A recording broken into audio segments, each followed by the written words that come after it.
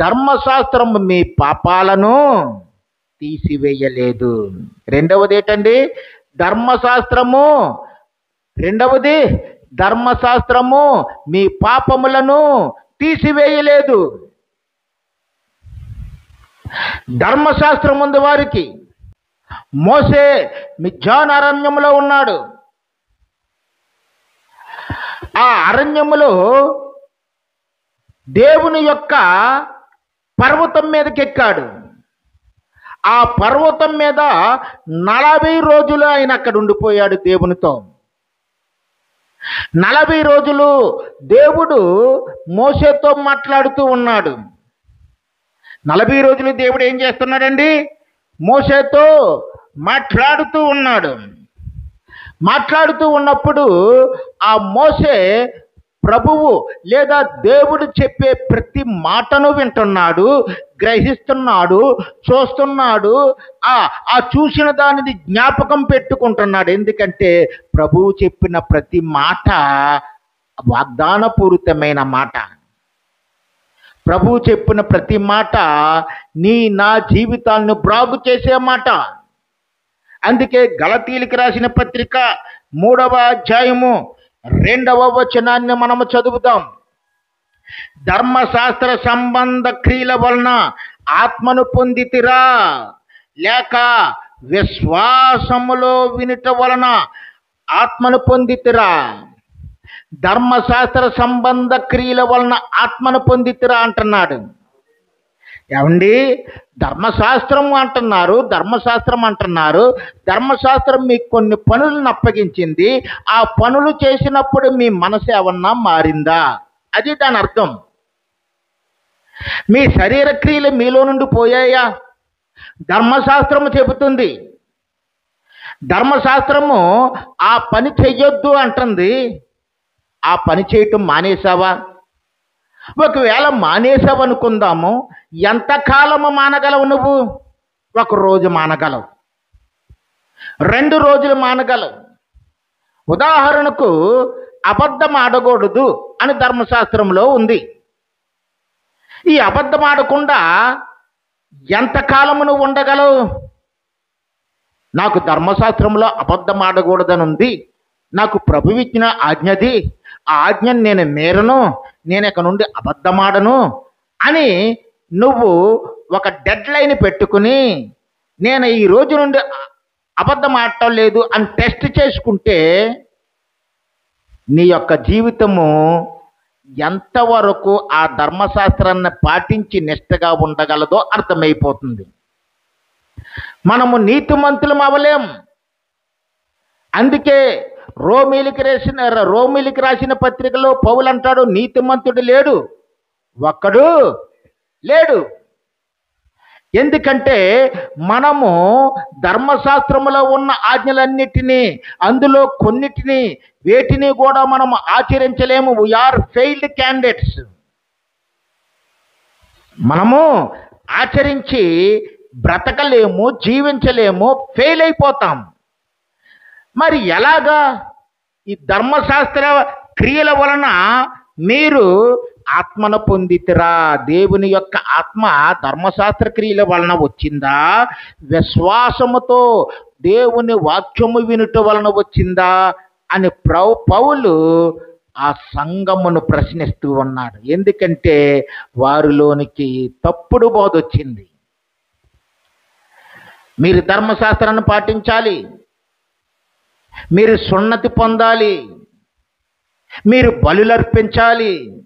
అసలు బలైపోయిన యేసు ప్రభువును వదిలేసి మరలా వాళ్ళు ఏం మొదలెట్టారు? గొడ్డలను కొనటం మొదలెట్టారు బలి ఇవ్వడానికి. మేకలను కొనటం మొదలుపెట్టారు, గొర్రెలను కొనటం మొదలుపెట్టారు, గొవ్వలు పావురాలను కొనటం మొదలుపెట్టారు. ఆ బలిస్తే గాని మా పాపం పోదని మన ప్రభు అంటున్నాడు కదా.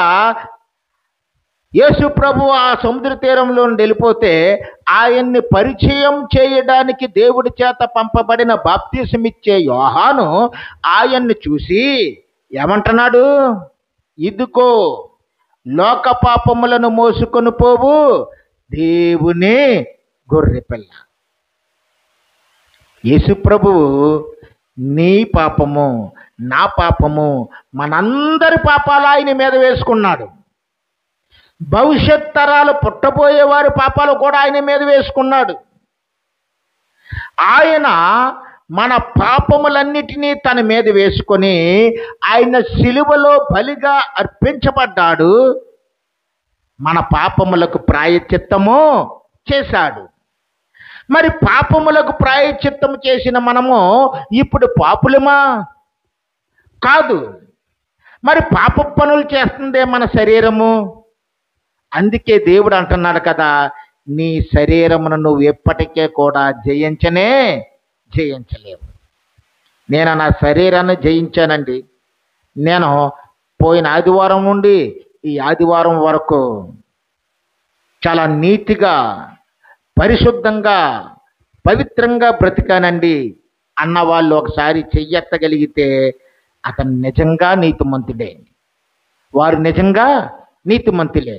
దేవుడికి తెలుసు మన బలహీనత ఏమిటో. ఈ శరీరములో పాపం ఉంది. ఈ పాపం ఎక్కడి నుండి వచ్చింది? నువ్వు పుట్టినప్పటి నుండే వచ్చిందా? నో నో నో, నువ్వు పుట్టినప్పటి నుండి కాదు. ఆదాము ఎప్పుడైతే దేవుని యొక్క ఆజ్ఞను అతిక్రమించాడో, దేవుని యొక్క శాపం ఎప్పుడైతే పొందుకున్నాడో, అప్పటి నుండి కూడా ఈ పాపము ఆదాము నుండి సమస్త మానవుల్లోనికి వచ్చేసింది. ఆదాము నుండి ఎక్కడికి వచ్చేసిందండి? మనం సమస్త మానవుల్లోనికి వచ్చేసింది. అంటే మన పితరుడైన ఆదాములో మనం ఎప్పుడున్నాము? ఆయన్ని దేవుడు చేసినప్పుడే ఉన్నాం. మన వయసు ఎంత మనకు తెలుసు. ఒక 50, 60, 65, 63, 40, 35. నీ వయసు ఎంత? 50. నీ వయసు ఎంత? 60. నీ వయసు ఎంత? 30 అనుకుంటున్నాం మనం కదా. నిజానికి చూస్తే మన వయసు తల్లి గర్భము నుండి బయటకు వచ్చినప్పుడే లెక్కించుకునే వయసుగా మనం చూస్తున్నాము. కానీ మనము ఆదాములో దాచబడి ఉన్నాము. మనం చాలా పెద్దోళ్ళు. మనం ఎలాంటోళ్ళు? చాలా పెద్దవాళ్ళు. అయితే అనుకూల సమయంలో దేవుడు పలానా సంవత్సరంలో పలానా రోజున పలానా తారీఖున తల్లి గర్భంలో నిన్ను వేసి, ఆ తల్లి గర్భం నుండి నిన్ను బయటికి రప్పించి నిన్ను ఎంత వాణ్ణి చేశాడు. అది నీ వయసుగా చెప్పుకుంటున్నావు. మరి ఇలాంటి పాప శరీరముతో ఆదాము వలన వచ్చిన ఆ పాపమును పంచుకున్న మనమందరము కూడా ఇప్పటికీ పాపులమై ఉన్నప్పుడు, ఆ పాపపు శరీరముతో జీవిస్తూ ఉన్నప్పుడు, ధర్మశాస్త్రము ఆ పాపమునకు పరిహారముగా ఏర్పరచబడింది అని గుర్తించక, యేసు ప్రభువులో రక్షణ ఉందని తెలుసుకోక ఈ యూదులు ఏం చేస్తున్నారంటే, యేసు ప్రభు ఒక్కడే నీకు రక్షణ ఇవ్వలేడు, నువ్వు మామూలుగా మరలా మేకలను పట్టుకొచ్చేయి, గొర్రెలను పట్టుకొచ్చేయి, ఎడ్లను పట్టుకొచ్చేయి, అన్ని ఆచారాలు చేసేయి అంటున్నారు. అంటే ఆత్మ సంబంధముగా పుట్టిన మీరు శరీర సంబంధులుగా మీరు పరిపూర్ణులు అవుతారా? అవలేము కదా. మన శరీరం ఎప్పుడూ కూడా పరిశుద్ధంగా ఉండలేదు, నీతిగా ఉండలేదు. కాబట్టి మత్తయి సువార్తలో ఒక యవ్వనస్తుడు ఉన్నాడు. 19వ అధ్యాయము 16 నుండి 22 వచనాల్లో ఈ కథ ఉంటుంది. ఈ యవ్వనస్తుడు యేసు ప్రభు దగ్గరికి వచ్చాడు. యేసు ప్రభు దగ్గరికి వచ్చి ఆయన అడుగుతున్నాడు, సద్బోధకుడా, నిత్య జీవం పొందడానికి నేను ఏం చేయాలి? ఈ యవ్వనస్తుడికి ఒక ఆశ ఉంది. ఆ ఆశ ఏమిటంటే, నిత్య జీవము, నిత్య నరకము అనేవి రెండు ఉన్నాయి. నిత్య నరకం అంటే ఎప్పుడూ కూడా ఆ నరకములో కాలిపోవటమే. అది ఎంతో బాధాకరమైనది. ఆ బాధ కలిగే చోట్లోకి వెళ్లకుండా నిత్య జీవమునకు పోవాలంటే ఈయన దగ్గర ఏదైనా మార్గము దొరుకుతుందో ఏమో అని చెప్పి యేసు ప్రభు దగ్గరికి వచ్చి అడిగాడు. అప్పుడు యేసు ప్రభు వారు అన్నారో ఆ యవనస్తుని చూసి, నువ్వు ధర్మశాస్త్రములో ఉన్నవన్నీ పాటించు అన్నారు. ధర్మశాస్త్రంలో ఉన్నవంటే ఏమిటి అంటే యేసుప్రభు వారు చెప్పినప్పుడు వ్యభిచరించవద్దు, అబద్ధమాడవద్దు, విగ్రహారాధన చెయ్యవద్దు, ఇలాంటివి అందులో నిన్ను వలె నీ పొరుగు వారిని ప్రేమించు అని ఇవన్నీ చెప్పినప్పుడు ఇతను తెలివిగా అంటున్నాడు కదా, ప్రభువా ఇవి నా చిన్నతనము నుండే ఆచరిస్తున్నాను, మరి నేను నిత్య జీవానికి వెళ్ళిపోతానా అని అడుగుతున్నాడు. నిత్య జీవానికి వెళ్ళిపోతావు అంటే అక్కడ ప్రభు అంటున్నాడు కదా, నువ్వు ఆజ్ఞలు గైకొనుము అంటే ఆజ్ఞలు గైకొన్నాను అంటున్నాడు. మరి ఇప్పుడు ఏం చెయ్యాలి అంటే నీకు ఒక్కటి కొదవగా ఉంది. ఏమిటి ఆ కొదవ? నిన్ను వలే నీ పొరుగు వారిని ప్రేమించు అని ఆజ్ఞను పాటిస్తున్నట్టు నువ్వు నటిస్తున్నావు. జాగ్రత్తగా వినండి, ఇది నిన్ను వలే నీ పొరుగు వారిని ప్రేమించు అని ఆజ్ఞను పాటిస్తున్నట్టు నువ్వు నటిస్తున్నావు. నిజానికి అది పాటించటం లేదు. ఇప్పుడు నువ్వు పోయి నీకు కలిగి ఉన్న ఆస్తినంతటిని అమ్మేసి ఆ వచ్చిన ఆస్తిని పేదలకు పంచేసి నా దగ్గరికి వచ్చి నా వెంట రా అంటున్నాడు.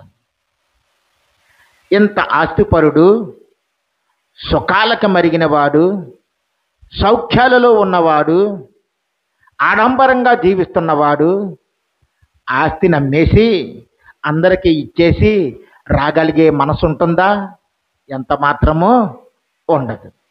అప్పుడు యేసు ప్రభువును చూసి అది నేను చేయలేదని ముఖం పెట్టి వ్యసనపడుచు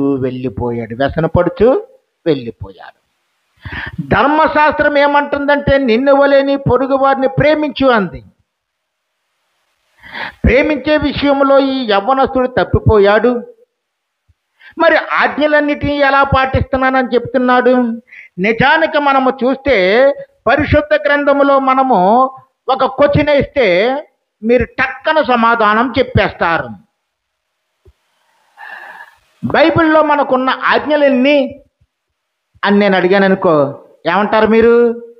10 ఆజ్ఞలు అనేస్తారు. సీనాయి కొండ మీద మోసే పొందిన ఆజ్ఞలు 10, కానీ ఒక్కొక్క ఆజ్ఞ కోసము దేవుడే మోసేతో ఎంతో విస్తారముగా మాట్లాడాడు. ఆ మాటలన్నిటినీ జ్ఞాపకం పెట్టుకొని ఆ ఆజ్ఞల్లో నుండి ఇంకా కొన్ని రూల్స్ మోసే గారు రాశారు. ఇవి కూడా ఆజ్ఞలుగానే పిలువబడ్డాయి. మరి ఇప్పుడు బైబిల్లో ఉన్న కంప్లీట్ మొత్తం ఆజ్ఞలు ఎన్ని అని చూస్తే 613 ఆజ్ఞలు ఉన్నాయి. గుర్తుపెట్టుకోండి జాగ్రత్తగా. బైబిల్లో ఉన్న మొత్తం ఆజ్ఞలు ఎన్ని? 613 ఆజ్ఞలు టోటల్. ఇవి టోటల్ కమాండ్మెంట్స్ అంటారు వీటిని. 613 ఆజ్ఞలు అంటే అది చెయ్యి అనే ఆజ్ఞలు 613 ఉన్నాయి. ఈ 613లో చేయదగిన అంటే మనము చేయవలసిన ఆజ్ఞలు కొన్ని ఉన్నాయి. ఈ చేయవలసిన ఆజ్ఞల్ని ఏమంటారంటే పాజిటివ్ కమాండ్స్ అంటారు. మనం చేయవచ్చు, ఆ పనులు దేవుడే చేయమన్నాడు. ఆజ్ఞల్ని పాజిటివ్ కమాండ్స్ అంటారు. అవి ఎన్ని ఉన్నాయంటే 248 ఆజ్ఞలు చేయదగిన ఆజ్ఞలు. మనం చేయొచ్చు ఆజ్ఞలు అన్నిటినీ. అవి దైవ వ్యతిరేకం కాదు, పాజిటివ్ కమాండ్స్. మనం చేయగలం, దేవుడు సంతోషిస్తాడు. మరి అలాగే చేయకూడనివి కూడా ఉన్నాయి, చేయకూడని ఆజ్ఞలు కూడా ఉన్నాయి. చేయకూడనివి ఎన్ని ఉన్నాయంటే 365 ఉన్నాయి. చేయకూడని ఆజ్ఞలు ఎన్ని ఉన్నాయి? 365. వీటిని నెగిటివ్ కామెంట్స్ అంటారు. చేయకూడదు, ప్రభు ఆ పని చెయ్యొద్దన్నాడు, దాన్ని మానేయాలి. ప్రభువు ఇది కూడదన్నాడు, అది నేనే చేస్తానని నువ్వు కూర్చోకూడదు. ప్రభు అలా వెళ్ళొద్దన్నాడు, ఆ మార్గం మంచిది కాదన్నాడు, ఆ మార్గానికి వెళ్ళటం మానుకోవాలి. ఇలాంటి ఆజ్ఞలు 365 ఆజ్ఞలు చేయకూడనివి ఉన్నాయి. ఇప్పుడు ఆ చేయవలసిన ఆజ్ఞలన్నీ 248, చేయకూడని ఆజ్ఞలన్నీ 365. బైబిల్లో ఉన్న మొత్తం ఆజ్ఞలు ఏంటంటే 613. ఇన్ని ఆజ్ఞలు ధర్మశాస్త్రములో ఉన్నప్పుడు చేయవలసినవి చేస్తున్నావా, చేయకూడనివి మానుతున్నావా? మనం చేయవలసినవి ఏమో చెయ్యం, మనం చెయ్యొద్దన్నవేమో చేయకుండా ఉండలేము. అంటే ధర్మశాస్త్రము మరి ఎవరైనా పాటించగలడా? ఇన్ని ఆజ్ఞలతో ఉండి ఎంతగా ఉన్న ఈ ధర్మశాస్త్రాన్ని ఎవరన్నా పాటించగలడా? మరైతే ఈ ధర్మశాస్త్రాన్ని మోసేకు దేవుడు ఎందుకు ఇచ్చినట్టంటే ఈ ధర్మశాస్త్రము వచ్చిన తర్వాతే పాపం అంటే ఏమిటో తెలిసింది. ధర్మశాస్త్రం వచ్చిన తర్వాత ఏం తెలిసిందండి? పాపం అంటే ఏమిటో తెలిసింది. చూడండి వాక్యం, రోమీలకు రాసిన పత్రిక 3వ అధ్యాయము 20వ వచనము. 3వ అధ్యాయము 20వ వచనం ఏమని ఉంటుంది? ఏలయనగా ధర్మశాస్త్ర సంబంధమైన క్రియల మూలముగా ఏ మనుష్యుడును ఆయన దృష్టికి నీతిమంతుడని తీర్చబడడు. ధర్మశాస్త్రము వలన పాపమనగా ఎట్టిదో తెలియబడుచున్నది. ఈ ధర్మశాస్త్రం వలన ఏం జరుగుతుందటండి? పాపం అంటే ఏటో తెలుస్తుందట. అప్పటి వరకు మానవులు అనాగరికమైన జీవితము, బలవంతుడిదే రాజ్యము, కొట్లాటలు, ఈర్ష్యలు, ద్వేషాలు, రకరకాల అపవిత్ర కార్యాలు, వీటితో జీవిస్తూ వారిని వారే మలినపరుచుకునే దశలో దేవుడు ఏం చేశాడంటే ఈ ప్రజలకు పాపము కాని దానికి తేడా తెలియట్లేదని చెప్పి మోషేను సీనాయి పర్వతం మీదకి రప్పించి అక్కడ ఏమిచ్చాడంటే, ఒరే బాబు, ఇదిగో ఇవి పాపక్రియలరా, ఈ పాపం వలన మీరు నష్టపోతారు, పాపాన్ని మీరు చేయకండి. అంటే మీరు పాపం ఏంటో తెలుసుకోండి. అంటే ధర్మశాస్త్రంలో ఏమి రాసుంది? పాపము, దాని గురించి వచ్చిన శిక్షలు రాసున్నాయి కదా. మరి అటువంటి ధర్మశాస్త్రం మనం కలిగి ఉన్నాం. ఈ ధర్మశాస్త్రం వలన దేవుని పరిశుద్ధత ఏమిటో తెలుస్తుంది. ఆయన ఎంత పరిశుద్ధుడో, ఆయన ఎటువంటి పవిత్రుడో, ఆయనలో ఏ మాత్రము కూడా మచ్చ అనేది లేదు, వేలెత్తి చూపటానికి అవకాశం లేదు. అటువంటి దేవుడు ఈయన అని ఆ ధర్మశాస్త్రము నిండుగా దేవుని పరిశుద్ధత రాయబడి ఉంది. దేవుని యొక్క పరిశుద్ధత. లోకములో మనము ఎవరిని చూసినా వారు మహాపురుషులు, అవతార పురుషులు, మహానుభావులు, ఎవరి చరిత్ర చూసినా వారందరూ కూడా ఏదో ఒక పాపములో చిక్కుకొని నీతిని పోగొట్టుకున్నవారే. ఏదో ఒక పాపము, వ్యభిచారం అనే పాపమా, దొంగతనం అనే పాపమా, ఇంకా అనేకమైన అపవిత్ర కార్యాలు చేసే పాపమా, ఏదో ఒక పాపములో వారు చిక్కుపడి వారు పాపిలిగా పిలువబడిన వారే. మరి ఈ ధర్మశాస్త్రం ఏం చెబుతుందంటే, నాయనా, నిన్ను సృష్టించిన సృష్టికర్త, నీకు రూపం ఇచ్చినవాడు, నీకు స్వరూపం ఇచ్చినవాడు, తన పోలిక చెప్పున నిన్ను చేసుకున్నవాడు, ఆయన ఎలాంటి వాడంటే పరిశుద్ధుడైన దేవుడు. దేవుని యొక్క పరిశుద్ధత మనకు తెలుస్తుంది ధర్మశాస్త్రం వలన. ఇందాకేం చెప్పుకున్నాం? ధర్మశాస్త్రం వలన పాపం అంటే ఏమిటో తెలుస్తుంది. ఇప్పుడు ఏం చెప్పుకుంటున్నాం? ధర్మశాస్త్రము వలన దేవుని యొక్క పరిశుద్ధత ఏమిటో తెలుస్తుంది.